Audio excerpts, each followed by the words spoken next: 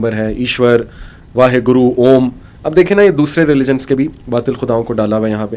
تو وہ کہتے ہیں کہ جس کا بھی نمبر 1 نکلتا ہے آگے, اور وہ کیسے نکلتا ہے وہ آپ نے بھی بتایا کہ جیسے میری ڈیٹ آف برتھ ہے لیٹ سے 1980, تو وہ 1 اور 9 10 ہو گیا, پھر 8 18 ہو گیا, 18 کو پھر جمع کیا 1 8 وہ 9 بن گیا, تو وہ 1 نکل گیا. اس کے بعد اس کو کسی اور چیز میں ایڈ کیا کہ کس دن پیدا ہوئے تھے, اس دن کا نمبر نکال دیا, پھر ماں باپ کے کیا نام ہے ان کے اعداد نکال دی.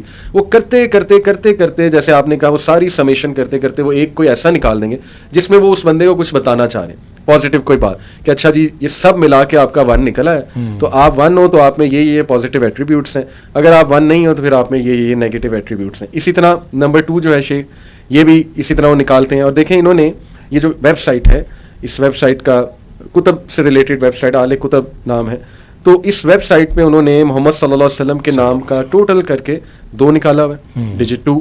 مولا علی انہوں نے لکھا ہوا ہے, امام علی رضی اللہ عنہ ان کا 2 نکالا ہوا ہے, پھر امام حسن کا 2 نکالا ہوا ہے, امام حسین کا 2 نکالا ہوا ہے. پھر آگے کرسچینٹی کے فگرز کا بتایا کہ اس میں 2 ہولی اسپرٹس ہیں, اس کا بھی 2 نکلتا ہے. تو دیکھیں نا یہ تو ہمیں یہیں سے سمجھ جانا چاہیے کہ یہ سارے مذاہب کو سامنے رکھتے ہوئے ان عادات کو ریلیٹ کر رہے ہیں, کرسچینٹی کی بھی بات کر رہے ہیں, ہندوازم کی بھی بات کر رہے ہیں. پھر یہ جو فگرز ہیں ہمارے اسلامک فگرز ہیں ان سے کیا ثابت کرنا چاہ رہے ہیں کہ یعنی پروفٹ صلی اللہ علیہ وسلم کا نمبر 2 تھا, امام علی حسن کا تو 1 بنتا ہے, 2 تو 5 تو نہیں, 2 تو نہیں بنتے. اچھا یہ انہوں نے اس طرح کیلکولیشن 1 2 8 1 + 2 + 8 = 11 اور 11 سے 1 + 1 = 2. ہاں کے 8 بنتے ہیں نا جی, سین کے 60 ہیں صحیح, اور نون کے 50 ہیں. صحیح. تو ان کو آپ کریں نا 5 6 اور 5 11, صحیح, 11 اور 8 19, 9 اور 1 10, 1 بنتا ہے. صحیح. بہرحال یہاں پہ انہوں نے لکھا ہوا ہے نہیں کچھ نہ کچھ علم میں پتا ہے. بالکل ٹھیک, بالکل ٹھیک. تو یہ لکھا ہوا ہے جی کہ number 2 is basically female gender digit, it's energy pattern flows in extreme manners, black یا وائٹ, یعنی 2 ایکسٹریمز ہوتی ہیں اس میں. It's also related to the Iranian 2 god theory, Ahriman energy pattern of god of evil and Ahura Mazda god of virtue and nobility.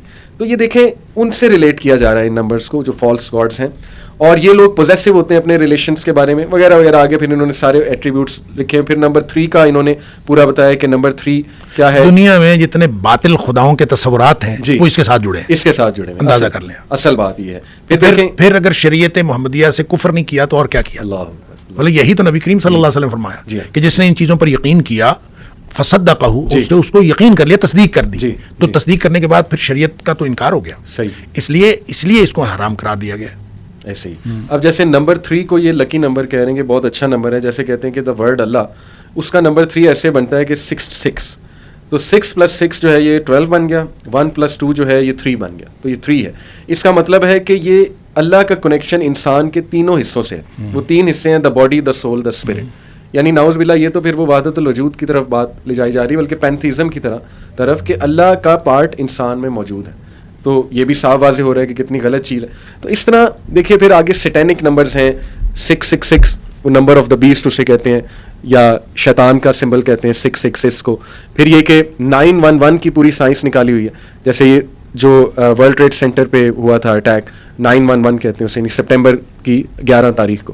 تو کہتے ہیں جی کہ 911 سیٹینک سمبل ہے پیور, کیونکہ 10 is the number of god according to جو occultist ہیں, جو نیومرولوجسٹ ہیں.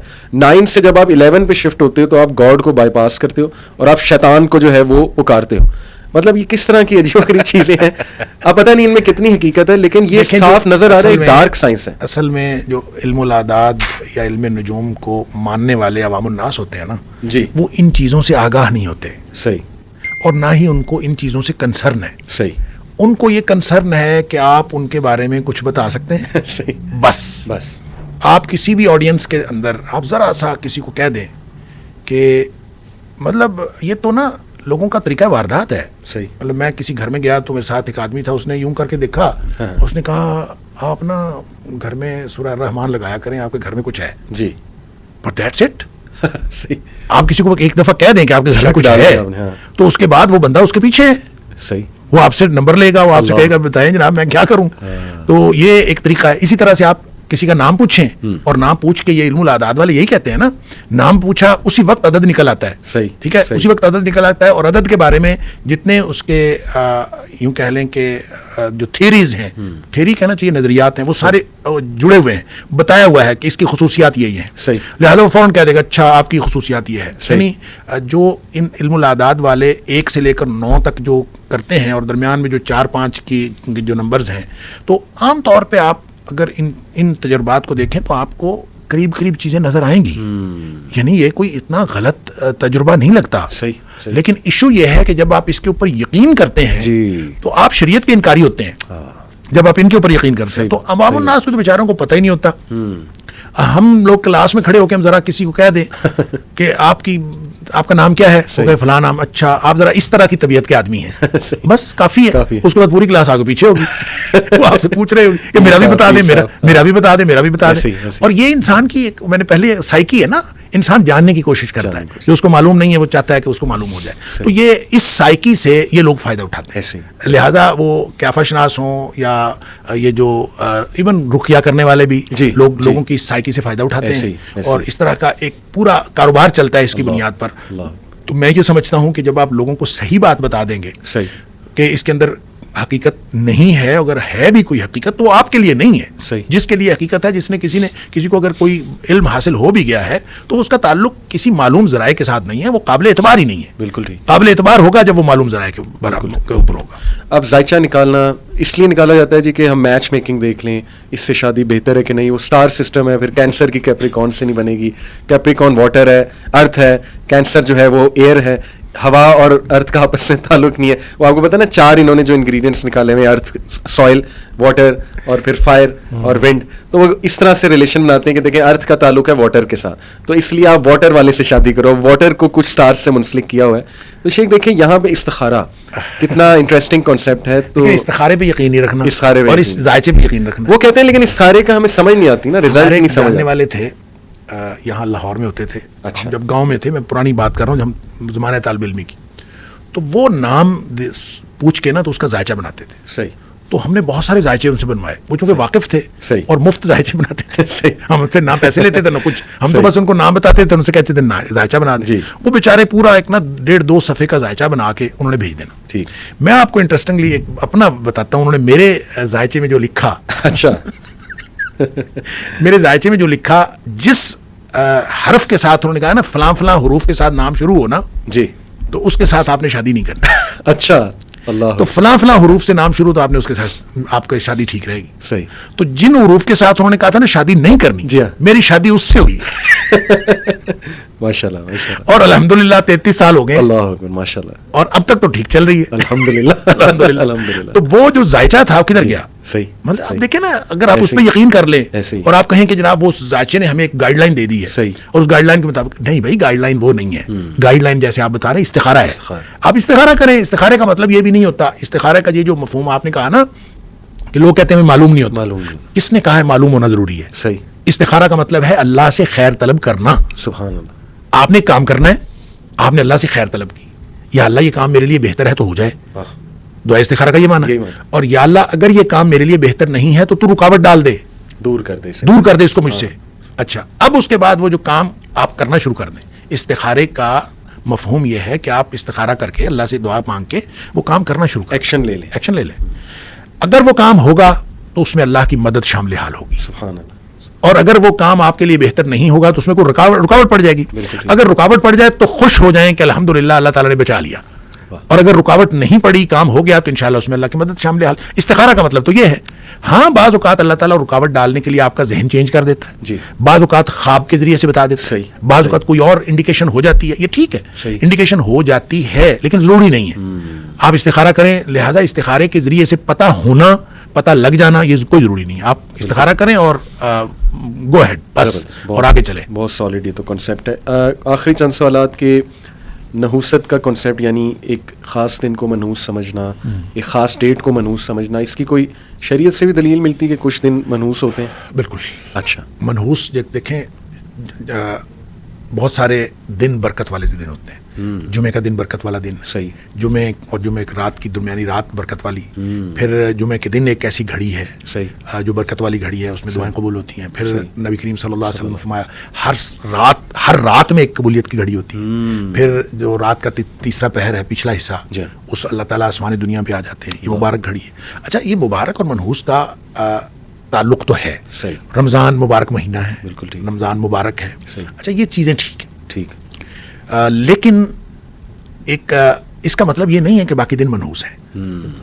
اچھا, دنوں کے منحوس یا مبارک ہونے کی جو وجہ ہوتی ہے وہ انسانوں کے اعمال ہوتے ہیں. اللہ, یہ گھڑیاں مبارک ہیں اس شخص کے لیے جو عمل نیک کرتا ہے ان گھڑیوں کے اندر. بالکل ٹھیک, بالکل. اچھا, کسی چیز کے رمضان مبارک اس لیے ہے کہ اس میں لوگ بہت زیادہ نیکیاں کرتے ہیں, صحیح, اس لیے یہ مبارک ہے. صحیح. لہٰذا مبارک اور منحوس کا جو تعلق ہے وہ انسان کے اعمال کے ساتھ ہے. مثال میں اس کی دیتا ہوں قرآن سے. جی, قرآن نے ان دنوں کو جو دن قوم عاد پر عذاب آیا, جی, قرآن نے اس کو ایام الناحسات کہا ہے کہ وہ سارے منحوس دن تھے جن دنوں میں قوم عاد کے اوپر عذاب آیا. صحیح, صحیح, منحوس دنوں میں عذاب ہے. اور ان کے اوپر پتہ ہے کب عذاب آیا, کہ کون سے دن میں عذاب آیا؟ قرآن نے خود بتایا ہے 7 لیال و 8 ایام حسوما, 7 راتیں اور 8 دن مسلسل.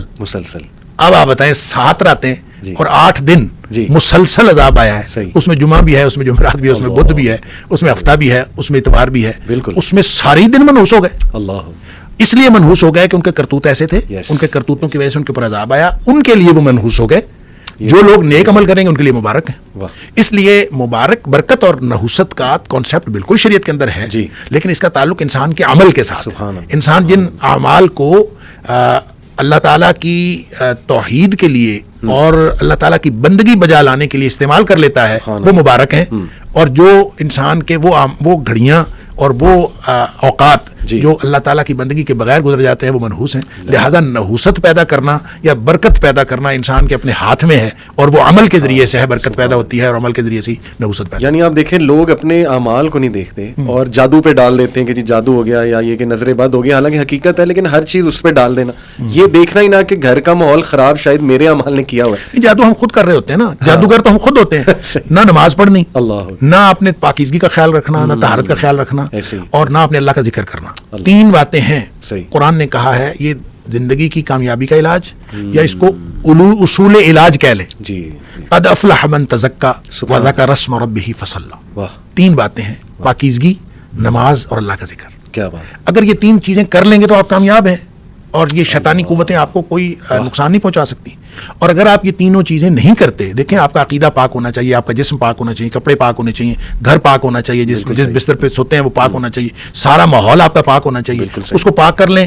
نماز کی پابندی کریں اور اللہ کا ذکر کریں, اور اللہ کے ذکر میں بھی صبح و شام کے اذکار کے علاوہ جو موقع بموقع دعائیں ہیں, گھر سے نکلنے کی دعا, باہر جانے کی دعا, مسجد داخل ہونے کی دعا, باہر نکلنے کی دعا, بیت الخلاء کی دعا, دودھ پینے کی دعا, کھانا کھانے کی دعا, یہ ساری دعائیں موقع بموقع بہترین ذکر ہے اللہ کا.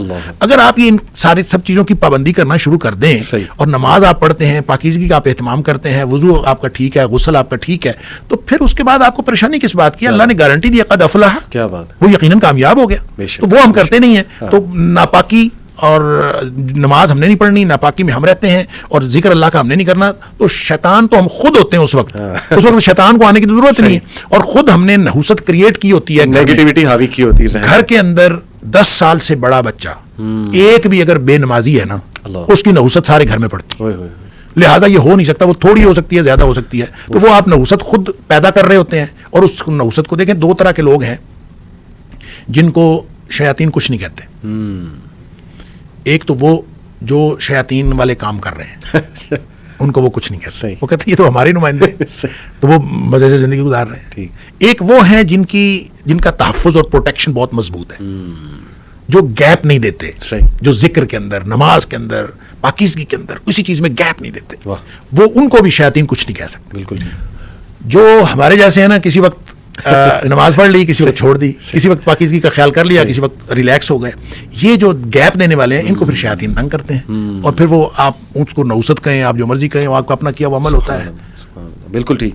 آخری بس سوال شیخ, دیکھیں بہت سی چیزوں میں لوگ پڑ جاتے ہیں, حیران ہوتا ہوں میں امامیہ جنتری ایک کیلنڈر پورا ملتا ہے سال کا کہ یہ دن آپ کے لیے منحوس ہے, یہ اچھا ہے, کئی قسم کی جنتریاں ہیں, بہت سی جنتریاں. ہاں جی, تو دیکھیں it all comes down to توکل. آپ نے شروع میں بھی کہا تھا توکل کو مضبوط کرنے کے کچھ طریقے بیان کر دیں ہمارے آڈینس کے لیے. دنیا کی ہر چیز سے مایوس ہو جائیں اللہ, تو اللہ پر توکل کامل ہوتا ہے. واہ, جب تک آپ کا دنیا کی کسی چیز پر بھروسہ رہتا ہے نا, تو اللہ پر توکل کامل نہیں ہو سکتا. جزوی بھروسہ ہوگا. صحیح. آپ کہتے ہیں کہ یار بس ایک تیرا سہارا ہے اور ایک اللہ کا سہارا. اللہ, تو چلیں آپ پہلے یہ والا سہارا استعمال کر لیں, صحیح. پھر اللہ تعالیٰ کہتا ہے پھر آ جانا میرے پاس. تو آپ کیوں نہیں کہتے بس صرف اللہ کا سہارا ہے؟ کیا بات. اور اللہ, یہ اسباب ہیں جی جی, اور ایک ہی طریقہ ہے, سارے اسباب استعمال کریں, بھروسہ مسبب الاسباب پر رکھیں. واہ, یہ توکل کا طریقہ ہے. توکل. جب آپ اسباب استعمال کرتے ہوئے بھروسہ بھی اسباب پر کرتے ہیں نا, تو پھر اللہ کی مدد نہیں آتی. ان ینصرکم اللہ فلا غالب لکم, اگر اللہ کی مدد آ رہی ہو تو تمہارے اوپر کوئی غالب نہیں آ سکتا. وَإِن یخذلکم, اگر اللہ تمہیں چھوڑ جائے, فمن ذا الذی ینصرکم من بعدہ, پھر دنیا میں کوئی مددگار نہیں ہو سکتا. وعلی اللہ فلیتوکل المؤمنون, مومنوں کا بھروسہ صرف اللہ پر ہونا چاہیے. دیکھیں یہ قرآن نے جہاں کہیں توکل کی بات کی ہے نا, وہاں پہ فلیتوکل المؤمنون علی اللہ, یہ ہے فکرہ درست. صحیح. فلیتوکل المؤمنون علی اللہ, یہ ہونا چاہیے. صحیح. کہ بس چاہیے کہ مومن بھروسہ کریں اللہ پر. صحیح. لیکن جہاں کہیں بات ہوئی ہے نا, وہاں اللہ تعالیٰ نے یہ اسلوب اختیار فرمایا ہے, وَعَلَى اللَّهِ فَلْيَتَوَكَّلِ الْمُؤْمِنُونَ. اسٹریس اس بات پر ہے اللہ ہی پر بھروسہ کرنا. واہ, ٹھیک ہے. اگر آپ جزوی بھروسہ کریں گے تو پھر اللہ, اس کے نتائج بھی جزوی نکلیں گے. صحیح. جب آپ صحیح. کمپلیٹ بھروسہ کریں گے تو اس کے نتائج بھی کمپلیٹ نکلیں گے. لہٰذا دنیا والوں سے مایوس ہوتے جائیں, ہوتے جائیں, ہوتے جائیں. تو جب آپ دنیا والوں سے اور میٹیریل سورسز سے کمپلیٹلی مایوس ہو جائیں گے, اس وقت آپ کا مکمل بھروسہ ہوگا اللہ پر. کیا بات. کبھی نہ سوچیں کہ یہ میرے ارد گرد والے, یہ مجھے کوئی نقصان, یہ فائدہ. دیکھیں اللہ تعالیٰ, اللہ کے رسول صلی اللہ علیہ وسلم نے حضرت ابن عباس رضی اللہ تعالیٰ کو عقیدہ سکھایا تھا. ابھی بچے تھے, عقیدہ سکھایا, 10 باتیں بتائیں. اس میں 2 باتیں یہ بتائیں کہ یہ یقین کر لو کہ اگر ساری دنیا اکٹھی ہو جائے تمہیں نقصان پہنچانے کے لیے, تو کوئی نقصان نہیں پہنچا سکتے جب تک اللہ نہ چاہے. بے شک. اور اگر ساری دنیا تیرا فائدہ کرنے کے لیے اکٹھی ہو جائے تو تجھے فائدہ نہیں دے سکتی جب تک اللہ نہ چاہے. بے شک. بس یہ عقیدہ ہے. کیا بات. تو پھر توکل کیوں نہیں ہوتا اللہ پر؟ کیا بات. پھر توکل ہوتا ہے. لہٰذا جو عملی طریقہ ہے کہ سارے اللہ کے دیے ہوئے اسباب استعمال کرنے ہیں, جائز اسباب. جی. تمام جائز اسباب استعمال کرنے ہیں, اور بھروسہ مسبب الاسباب پر رکھنا. کمال. اسباب پر بھروسہ نہیں رکھنا, المسبب الاسباب پر بھروسہ رکھنا ہے. جس نے اسباب بنائے ہیں, جب اس پر بھروسہ ہوگا تو انشاءاللہ نتائج ہمیشہ پازیٹو نکلیں گے. اللہ پر, اللہ ہمیں توکل کرنے والا بنائے. شیخ بہت شکریہ, بڑا فائدہ ہوا. اللہ تعالیٰ اسے قبول بھی کریں اور لوگوں کو بھی فائدہ پہنچے اس سے. بارک اللہ.